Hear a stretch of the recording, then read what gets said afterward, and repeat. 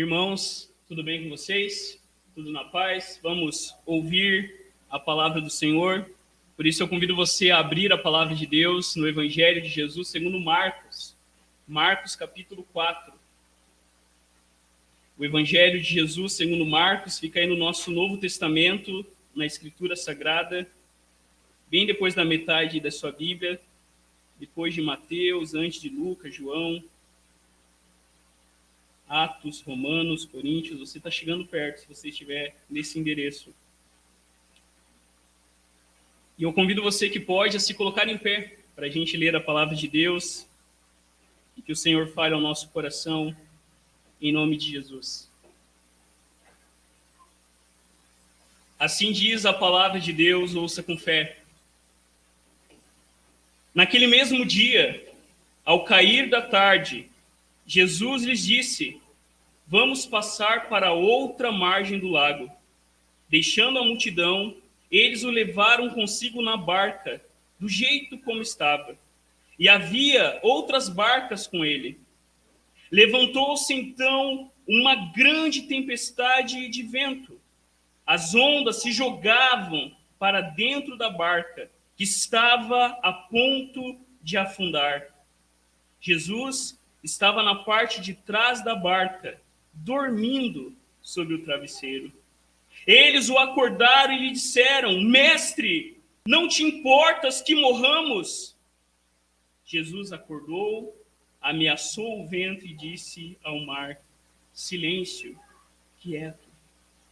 Então o vento parou e houve grande calmaria. Jesus lhes disse: por que vocês são medrosos? Ainda não têm fé? Eles ficaram com muito medo, tomados de temor, e diziam uns aos outros: mas quem é este, a quem até o vento e o mar obedecem? Essa é a palavra do Senhor. Feche seus olhos. Senhor, nós te louvamos pela tua palavra. Te louvamos porque o Senhor nos responde. Tu és o Deus da nossa salvação, tu és a esperança de toda a terra. E é o Senhor, Deus, que aplaca o ruído dos mares. É o Senhor, ó Pai, que domina sobre o ímpeto do mar. Quando as ondas se levantam, é tu que fazes aquietar. É sobre a tua repreensão, a voz do teu trovão, que tudo se acalma. É com esse salmo, Senhor, que nós queremos pedir a tua ajuda, nesse momento que vamos meditar e ouvir a tua voz. Nos lembra, Senhor, da nossa vulnerabilidade, da nossa fragilidade, da nossa pequenez, que a tua glória resplandeça neste lugar, na face de Cristo, para que assim cada um que está aqui coloque totalmente a sua confiança em Cristo Jesus. Que as palavras dos meus lábios e a meditação do meu coração sejam agradáveis na tua presença, Senhor, rocha minha e Redentor meu. Por Cristo Jesus nós oramos. Amém. Você pode se sentar? Queridos e queridas, você já sentiu muito medo? Muito medo, aquele medo assim que faz você ter pavor, ter quase que perder o chão, quase que faltar palavras para expressar. Quem aqui nunca teve a experiência de um filho que se acidentou na escola, não é? Recentemente a gente teve aí o Miguel, a gente teve o Emanuel, crianças que colocam alguma coisa no nariz, não é? E os pais ficam preocupados vivendo essa tempestade. Qual pai, qual mãe nunca se preocupou com uma criança se machucando? Eu lembro que uma das vezes que eu vi a Patrícia mais desesperada foi quando eu estava dentro do banheiro e a Camille fez um corte profundo na testa, que ela tirava a mão assim, jorrava sangue, e a minha irmã estava desesperada. Não é assim que a gente se sente diante de algumas coisas que nos acontecem? Talvez você já teve a experiência de quase morrer afogado. Alguns irmãos aqui são mais profissionais quando isso acontece. Outros se desesperam, tentando matar alguém para se salvar. Nós já tivemos experiências assim, que fazem com que realmente a gente fique sem ar, sem fôlego, diante das tempestades que nos chegam. Quem nunca perdeu o chão quando recebeu o resultado de uma doença? Quem nunca ficou sem chão quando você recebeu a notícia de alguém que você amava que partiu? Ou pense ainda nos medos que nós temos. Eu não sei o medo de todo mundo, eu não vou revelar aqui, mas quantos têm medo de altura, ou medo de escuro, ou medo de algum tipo de animal? A nossa vida é repleta de medos. E quando eu dei uma pesquisada lá, não sei se essa pesquisa é tão certa, mas quando eu pesquisei sobre os medos que atingem as pessoas, que atingem a humanidade, a maioria está ligada à ideia da morte. A maioria do medo das pessoas está vinculada com a ideia de morrer, com a ideia de não saber o que lhe espera. E quando nós olhamos para o texto sagrado dessa noite, não é isso que ouvimos dos discípulos? Mestre, o Senhor não se importa que morramos. Os discípulos, irmãos, estão no meio de um temporal, eles estão morrendo de medo, pensando que vão morrer. E se lembre, eles eram, muitos deles, pescadores experientes, que conheciam aquele mar, mas o perigo era real, eles estavam a ponto, o texto diz, de afundar. Os discípulos pareciam que não conheciam quem estava com eles naquele barco. Lembre-se do que a gente viu até aqui. Lembre-se do que os discípulos deveriam estar guardando no coração deles desde o começo do Evangelho de Marcos. Nós vemos que Jesus tem autoridade sobre tudo e sobre todos. Lembre-se do seu batismo, quando a Trindade ali presente mostra que Jesus recebe autoridade para realmente executar a missão de Deus. Pense em Jesus exercendo autoridade sobre o diabo no deserto. Jesus exercendo autoridade sobre as pessoas, chamando homens e mulheres a caminhar com ele. Pense em Jesus mostrando o seu poder, mostrando a sua autoridade sobre as doenças e também sobre os demônios. Desde o começo, nós vemos Jesus mostrando a sua autoridade, até mesmo sobre o jejum e também sobre o sábado. E Jesus revela que o seu reino, a sua autoridade, a sua glória e o seu poder, eles vêm, mas haveria muita oposição. E em cada parábola do reino que a gente viu até aqui, essa é a realidade que Jesus estava falando. Haveria oposição, haveria desprezo. Jesus já havia passado por muitas tempestades, mas em todas elas, Jesus havia saído como rei da situação.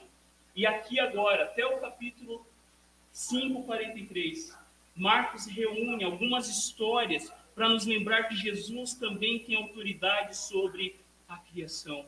Que Jesus tem autoridade sobre a natureza. Que Jesus é aquele que tem a voz que acalma toda a criação, porque a criação foi criada por Cristo Jesus. Quem é este? A pergunta central desse texto. Que até o vento e o mar lhe obedecem. E, na verdade, a gente vai ver uma outra tempestade. E quando a gente passa de forma superficial, a gente não percebe. A tempestade que realmente importa não é essa, fora da embarcação. A tempestade que realmente importa é a mesma que Jesus quer causar no meu e no teu coração. A tempestade que diz, quem é esse que até o vento e o mar lhe obedecem? Não é a tempestade da vida, às vezes a gente usa esse texto para dizer isso, mas não é isso. O que Marcos está querendo dizer para mim e para você aqui, ao se encontrar com Jesus, a pergunta que deve nascer no nosso coração, agitar o nosso coração é essa: quem é esse que até o vento e o mar lhe obedecem?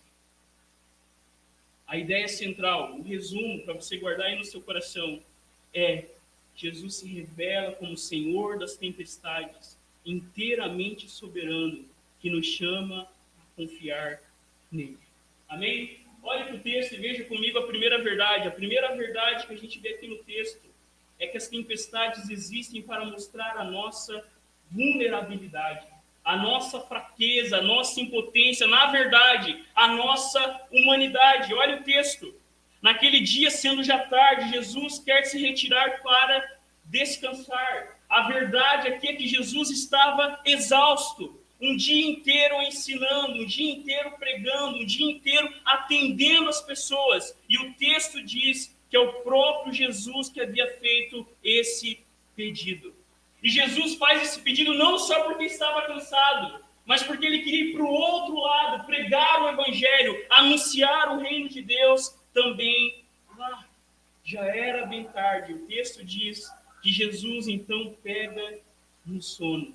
Quando você olha ali no texto, quando o texto diz e o levar assim como estava, o que Marcos estava dizendo aqui, queridos e queridas, é que Jesus estava de fato cansado, exausto. Foi logo ele entrar no barco e ele pega no sono. Talvez havia ali alguma coisa que Jesus fez no travesseiro e ele então passou a dormir. Um outro detalhe que a gente vê aí no texto, olhe para o texto diz então que os discípulos despedem a multidão. E várias vezes no Evangelho a gente já falou isso. Jesus nos chama não para ser multidão, não para ficar distante dele, não para ver apenas os milagres que ele faz, mas Jesus chama cada homem, cada mulher a presenciar o seu poder e a sua glória. Aqui a multidão ela é despedida, porque eles não iam presenciar, eles não iam ver aquilo que Jesus iria mostrar aos seus discípulos. Na semana passada, irmãos, refrescando a sua memória, nós terminamos exatamente com isso, dizendo que o reino de Deus avança de forma pessoal, porque lá no texto nós lemos, e Jesus não ensinava sem usar parábolas, mas explicava tudo a seus discípulos em particular. Aqui nesse texto, a gente vê a vulnerabilidade, a humanidade de Cristo. E se você olhar em Mateus e Lucas, que também registram esse episódio, eles não marcam isso, eles não lembram disso. Mas aqui Marcos, ouvindo do próprio Pedro, e o próprio Pedro achou que realmente era necessário lembrar disso. Lembrar da humanidade de Jesus, lembrar que Jesus estava cansado, lembrar que Jesus estava exausto. E aqui Jesus é descrito como um ser humano igual a nós. Cansado depois de um dia de trabalho. Exausto depois de resolver ou tentar resolver um monte de coisa. A primeira coisa que a gente vê aqui é que as tempestades existem para mostrar a nossa vulnerabilidade. E olha para o texto. Marcos registra, então, que um grande temporal de vento passou a se levantar. Eles estavam no mar da Galileia, que fica aproximadamente 200 metros abaixo do nível do mar, cercada por montes e montanhas, e a troca entre ar frio com ar quente gerava condições climáticas tempestuosas. Aquela região era marcada por fortes vendavais. Quem navegava por ali sabia disso. Mas o texto aqui mostra realmente que diante desse temporal, diante dessa tempestade, estava arremessando o barco, estava enchendo o barco de água. Os discípulos percebem o perigo real. Homens experientes, homens que eram conhecedores daquele mal. E o que nós vemos aqui, e o que Marcos quer lembrar a mim e a você, é que as tempestades que nós enfrentamos existem para que você baixe a bola. Para que você não pense que é o bambambam. Para que você não pense que você tem tudo sob controle, porque você não tem. Diante dos vendavais que também nos sobrevêm, sejam quais forem, são lembretes de Deus, da dura realidade que o pecado nos sujeitou. O sofrimento, os assaltos repentinos, são lembretes do próprio Deus para nos lembrar da nossa condição. Você não é Deus. Você não é um super-homem, você não pode todas as coisas, e essa tempestade está aqui para lembrar os discípulos que eles eram fracos, impotentes diante da tempestade. O que você pensa a respeito de você mesmo? Você se lembra continuamente que você é pó, que a vida é como um sopro, que nós não estamos sentados no trono do universo?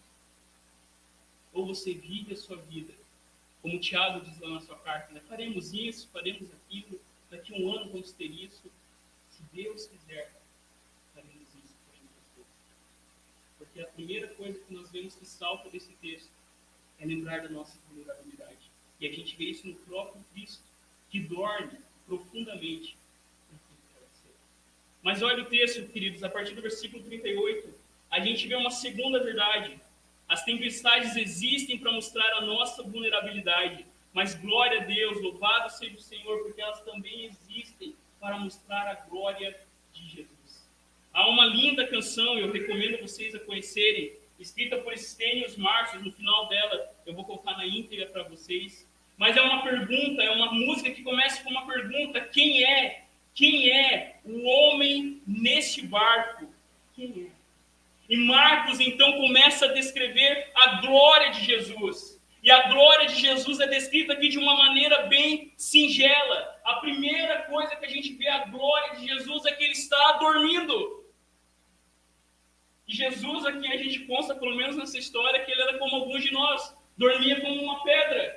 Águas estavam entrando naquele barco e o texto diz que Jesus dormia profundamente. E aqui a gente vê que Marcos, inspirado pelo Senhor, mostra que a glória de Jesus está aqui presente, porque o único lugar dos evangelhos onde é registrado que Jesus está dormindo é no meio de uma tempestade. Por que Jesus está dormindo? Porque Jesus sabia que a sua missão seria cumprida, porque Jesus sabia que não seria no fundo do mar que ele morreria, mas na cruz. Cristo descansa, porque ele é filho de Deus. Cristo descansa, porque ele sabe que Deus está cuidando dele. E eu sei que existem vários fatores quando a gente pensa sobre isso. Mas muito desespero por parte de nós, muitas preocupações que tomam o nosso coração, ansiedade que parece nos agarrar, é porque a gente esquece que a gente é filho de Deus. É porque a gente esquece que Deus é aquele que conduz a nossa história. Não importa, querido, se é bem ou mal que tem reservado o futuro para nós, o que importa é que eu e você somos filhos de Deus e devemos descansar. E aqui nós vemos a glória de Cristo. Cristo descansa, porque ele sabia que era o Filho de Deus. Cristo dorme sobre o travesseiro. Águas começam a invadir aquele barco de cerca de 8 metros de comprimento e 2 metros de largura, que cabia cerca de 15 pessoas. E Jesus está lá na proa, dormindo tranquilo. Então, o que os discípulos fazem? Eles fazem como a gente faz. Olha o texto. Então, os discípulos o acordaram e lhe disseram: Mestre, o Senhor não se importa que pereçamos. Essa própria atitude dos discípulos de chamar Jesus de mestre evidencia a fé que estava faltando a eles. Jesus não era apenas mestre, Jesus era o Senhor sobre toda a criação. E eles chegam então diante de Jesus e falam: Senhor, o Senhor está nem aí conosco. Aqui em Marcos o tom é de grosseria, de rudeza, de falta de educação. Em Mateus o tom é de clamor. Em Lucas é um pedido de ajuda, mas aqui as palavras dos discípulos são grosseiras. A ideia do texto é que realmente eles estavam assim, tratando Jesus de qualquer forma. E diante da grosseria dos discípulos, diante da falta de fé dos discípulos, nós vemos novamente a glória de Cristo. Um rei manso e humilde de coração, um Deus que tema em nos amar, um Deus que tema em nos perdoar, um Deus que não desiste do seu povo. Não é assim que Jesus responde a mim e a você, quando pela 100ª, 30ª, infinita vez, você se aproxima do Senhor, até meio ressabiado. Senhor, é aquilo de novo. E aqui no texto, Jesus não responde os discípulos com grosseria. Jesus não ignora o clamor dos seus discípulos, mas Jesus mostra que ele é um rei totalmente único, diferente de todos os reis que haviam surgido até ali. Jesus é despertado por seus discípulos. Olha o texto, o versículo 39. E ele, despertando, repreendeu o vento, o mar e disse, pensa aqui com uma voz bem tranquila: acalme-se, silêncio, fique quieto. O vento, na mesma hora, se aquietou e tudo ficou bem calmo. Querido, Jesus não abandona os seus discípulos no meio de uma tempestade, mesmo que eles estejam com pouca fé. Mas Jesus mostra a sua glória. Jesus aqui age como Senhor sobre os mares. Ele ordena a criação e ela lhe obedece. A ideia do texto aqui é realmente mostrar que Jesus é aquele que tem domínio sobre a sua criação. Tal como em Gênesis, quando a voz do Senhor era ouvida e a criação passava a obedecer e as coisas surgiam a partir do nada. Quando o vento e o mar, e a ideia que descreve como se o vento e o mar fossem pessoas que estão literalmente ouvindo, quando eles ouvem a voz de Jesus, eles captam a verdade, que a mesma voz que foi ouvida na criação é a voz que está chamando agora o vento e o mar a se acalmar. A mesma voz que criou todas as coisas é a voz que está sendo ouvida agora e deixando tudo em uma calmaria, em um sossego só. Assim como uma criança agitada, quando ouve a voz da sua mãe, assim eu e você devemos ouvir a voz do Senhor a cada dia. A voz que acalma o nosso coração, a voz que nos lembra que Jesus tem domínio e poder sobre todas as coisas e que nada foge das suas mãos de poder. É nisso que nós devemos descansar, é nisso que nós devemos ver a glória de Jesus, e é isso que Marcos, inspirado pelo Senhor, quer trazer ao nosso coração. Mas olhe para o texto e veja comigo a última verdade. A partir do versículo 40, nós vemos que as tempestades também existem para colocar a nossa confiança em Jesus. O texto diz, Jesus pergunta: por que vocês são tão medrosos? Como que ainda não têm fé?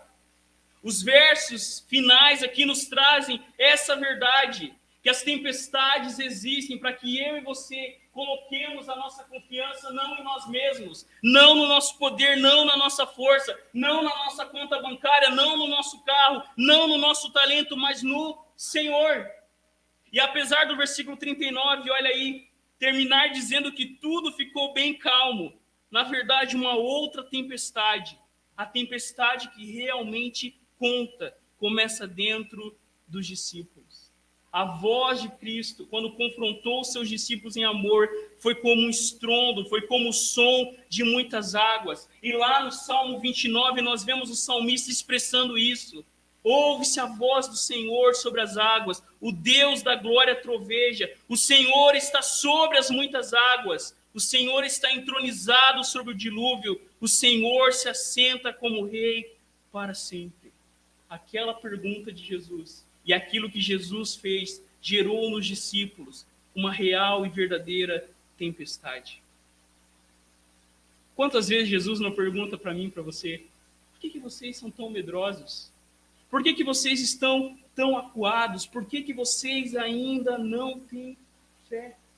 E se lembre, por exemplo, João escreve seu evangelho lá no final dizendo que ele escreveu tudo aquilo para que a gente cresça em Jesus e para que, crendo nele, tivéssemos vida em seu nome. O que nós precisamos, irmãos e irmãs, através dessa história, é colocar a nossa confiança tão somente em Jesus. E aqui Jesus confronta os seus discípulos em amor. Como? Depois de tudo que vocês viram, vocês ainda não têm fé? E não era assim com o povo de Israel, que viu coisas grandiosas, coisas estrondosas. Por isso, queridos irmãos e irmãs, que o centro do evangelho não é cura física, não é milagre, não é vitória financeira, porque essas coisas não podem mudar o nosso coração. Se essas coisas pudessem mudar o coração, o povo de Israel inteiro tinha entrado na terra prometida. E aqui, novamente, os discípulos são como Israel, teimosos, homens incrédulos, homens como Jesus em várias vezes disse, homens de pouca fé. Parecidos comigo, não é? Parecidos com você. Rápidos em deixar o nosso coração ser tomado pela desconfiança, rápidos em deixar que as preocupações tapem a visão clara de que nós somos chamados a ter coragem no Senhor.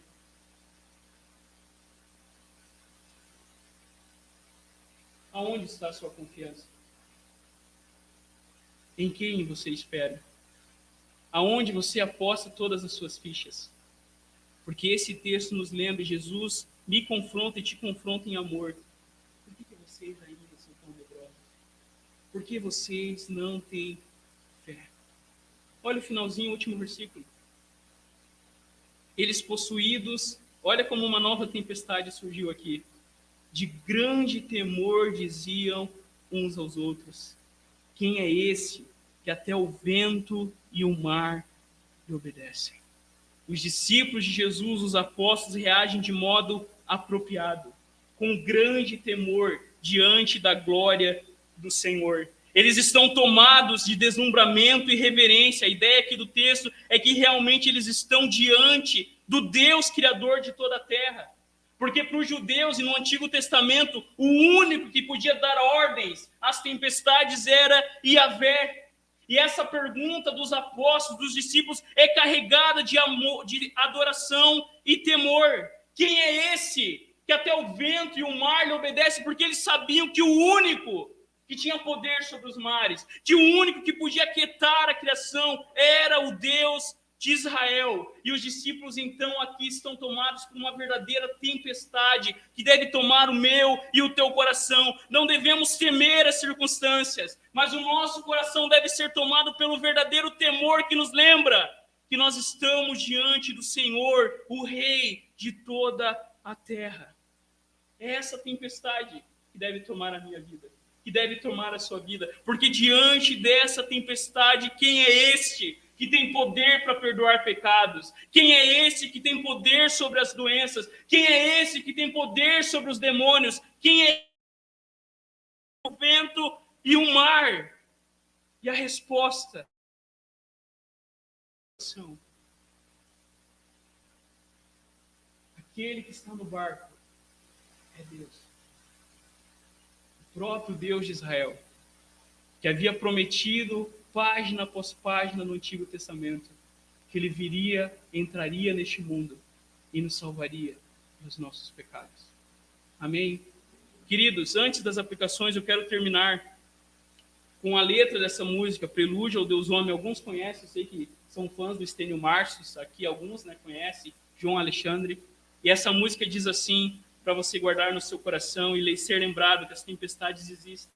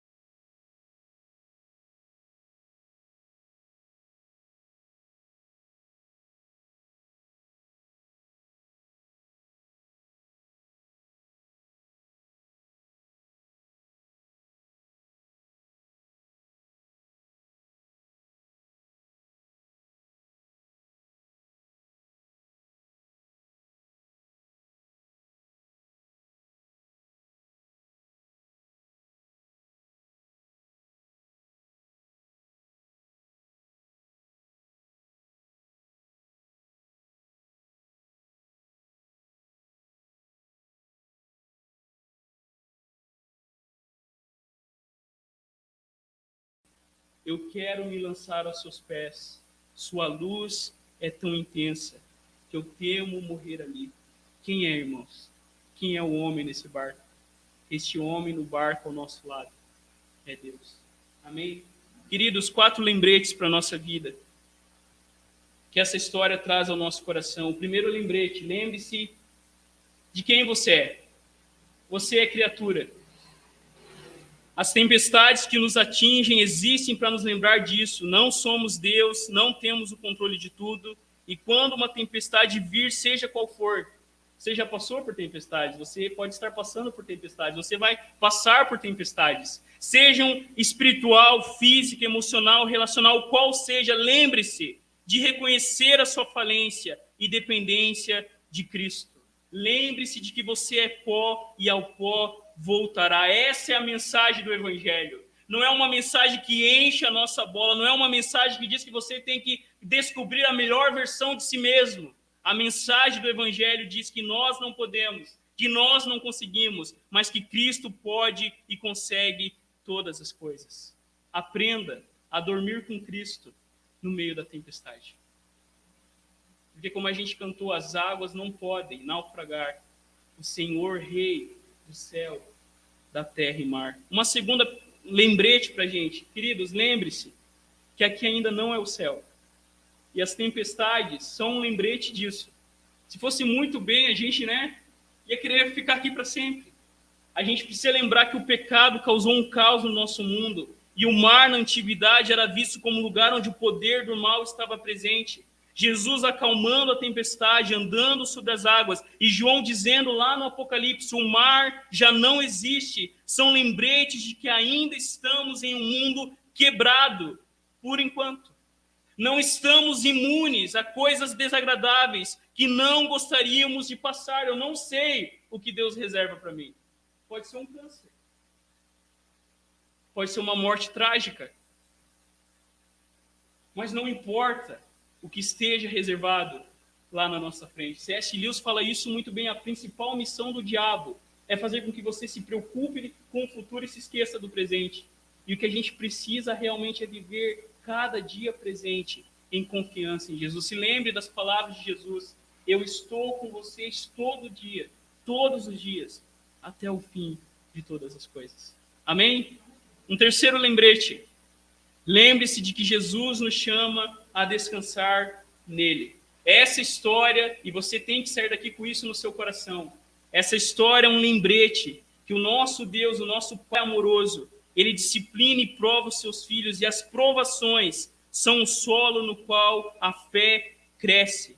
Se Deus nos desse tudo o que desejamos, em pouco tempo, confiaríamos em nós mesmos em vez de confiar nele. As provações nos obrigam a voltar-nos para Deus e depender dele. Eu quero que o Leandro coloque uma citação, enquanto eu estava preparando o sermão, do C.S. Lewis, que mostra muito bem isso, porque essa história, na verdade, fala sobre arrependimento.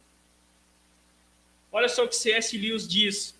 Em outras palavras, o homem decaído não é simplesmente uma criatura imperfeita que necessita de aperfeiçoamento, e sim um rebelde que está precisando abandonar suas armas, baixar as armas e entregar-se, expressar seu arrependimento, dar-se conta de ter estado no rumo errado e se preparar para começar a vida do início, do primeiro degrau. Eis a única maneira de sair do buraco, ou parafraseando aqui, da tempestade. Esse processo de entrega, esse movimento de marcha ré a toda velocidade, é o que os cristãos chamam de arrependimento. E eu pergunto para você, as tempestades que eu e você estamos enfrentando, não seria Deus nos chamando a entregar-se a Ele, a baixar as armas e confiar somente nele como Senhor sobre toda a criação? Ou a gente continua sendo rebelde? Lembrei até daquela música, daquele filme, né? Eu sou rebelde, tinha novela. Ou a gente continua sendo rebelde? Baixe as armas, entregue-se a Ele. Por fim, lembre-se disso, queridos. Jesus é rei sobre todas as coisas e situações. Nos próximos episódios da pregação, a gente vai ver isso. Essa sessão mostra o senhorio de Cristo sobre toda a criação, e como criador e sustentador de todo o mundo, Jesus exerce autoridade sobre todas as coisas. Lembre-se daquilo que a gente cantou e coloque isso no seu coração. Mestre, chegou a bonança, em paz vejo o céu e o mar, o meu coração goza calma, que não poderá findar. Fica comigo, ó meu mestre, dono da terra e céu, e assim chegarei bem seguro ao porto destino meu. Amém? Feche seus olhos. Já vou pedir para alguém avisar as crianças lá para eles se preparando para descer. Talvez já está tudo no esquema, né? Feche seus olhos para as crianças estarem aqui na hora da ceia, para elas celebrarem junto com a gente. Coloque a sua vida e o seu coração diante do Senhor. Lembre-se de quem você é. Criado por Deus, dependente de Deus. Lembre-se também da glória de Cristo. Expresse em cada página de toda a Escritura. E essa história, queridos, é um chamado para que eu e você possamos colocar e esperar somente no Senhor. Senhor, nós te louvamos. Te louvamos porque o Senhor é o Rei sobre toda a terra. Não há Deus, lugar que o Senhor não tenha domínio. O Senhor não é um Deus tribal, o Senhor não é um Deus que está refém da nossa igreja, da nossa denominação, muito pelo contrário. O Senhor é aquele que tem autoridade sobre todo o mundo, sobre toda a realidade. E diante da tua glória, diante do teu poder, diante da tua autoridade, nós queremos aquietar o nosso coração. Nos lembra disso, Senhor. Nos lembra que o Senhor é aquele que governa o dilúvio. O Senhor é aquele que tem poder sobre todas as coisas. E nessa noite, nós queremos contemplar a tua glória. Ó Deus, se a incredulidade, se o medo, se a ansiedade, se as preocupações, se as aflições, se o sofrimento tem feito com que a gente se desespere, que nessa noite, diante da tua glória, diante da tua cruz, a gente possa lembrar que o Senhor reina. Reina no nosso coração, reina na nossa vida, reina no nosso casamento, Deus, que os casamentos aqui expressem a tua glória, o teu poder.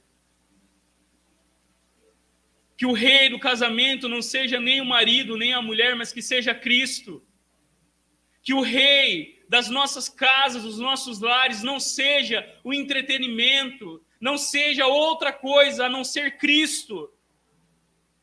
Que o rei da nossa carteira, da nossa conta, seja Cristo. Que o rei dos nossos relacionamentos, da nossa igreja, da nossa vida, seja Cristo. Porque, na verdade, Cristo, tu és dono de tudo. Nos ensina a descansar nisso, Pai, em nome de Jesus. Amém. Amém.